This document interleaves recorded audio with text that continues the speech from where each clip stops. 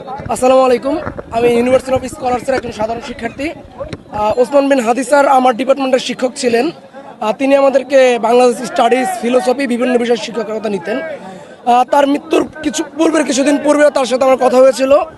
আমি স্যারকে বলেছিলাম, স্যার আপনার প্রতি ক্রমাগত হুমকি আসছে পতিত স্বৈরাচারের পক্ষ থেকে, এবং দেশের ভিতরে যে কুশক্তি রয়েছে তারা আপনাকে প্রতিনিয়ত মৃত্যুর হুমকি দিচ্ছে, আপনি সাবধানে থাকবেন।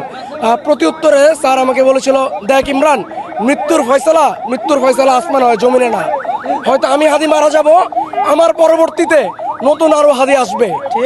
আমাদের এই সংগ্রাম ইমরান চলবে। স্যারের সাথে আমার গত রোজা ইফতার করার কথা ছিল, আমি করতে পারিনি। আমাদের মৃত্যুর আগ পর্যন্ত আক্ষেপ থাকবে, আমরা একজন হাদি পেয়েও আমরা হারিয়ে ফেলেছি। হয়তো একজন হাদি মারা গিয়েছে, কিন্তু মনে রাখবেন যুগে যুগে অনেক হাদিরা ফিরে আসবে।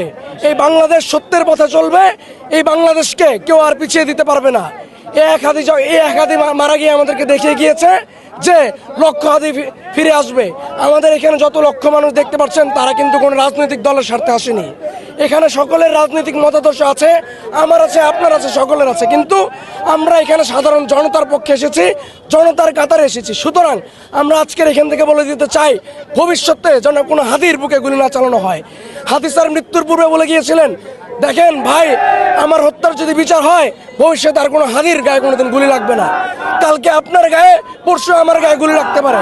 সুতরাং রাষ্ট্রের অভ্যন্তরে লুকিয়ে থাকা সন্ত্রাসীদের বলে দিতে চাই, যদি হাদি স্যারের বিচার না করা হয়, আগামীতে রাষ্ট্রে কঠিন পরিমাণে ব্লকেট দেওয়া হবে। এই ব্লকেট কোনো রাজনৈতিক দল দিবে না, এই ব্লকেট দিবে ছাত্র জনতা। বাংলাদেশের জনগণ রুখে দাঁড়াবে। প্রয়োজনে আরেকটি প্রতি বিপ্লব হবে, এই প্রতি বিপ্লব দিয়ে বাংলাদেশ পুনরায় আবার স্বাধীন হবে। আমরা এখনো 24 পরবর্তী সময়ে স্বাধীনতা হতে পারিনি। আপনারা দেখতে পেয়েছেন 24 পরবর্তী সময় শুধু হাদি নয়, 24 পরবর্তী সময় এরকম লক্ষ লক্ষ মানুষকে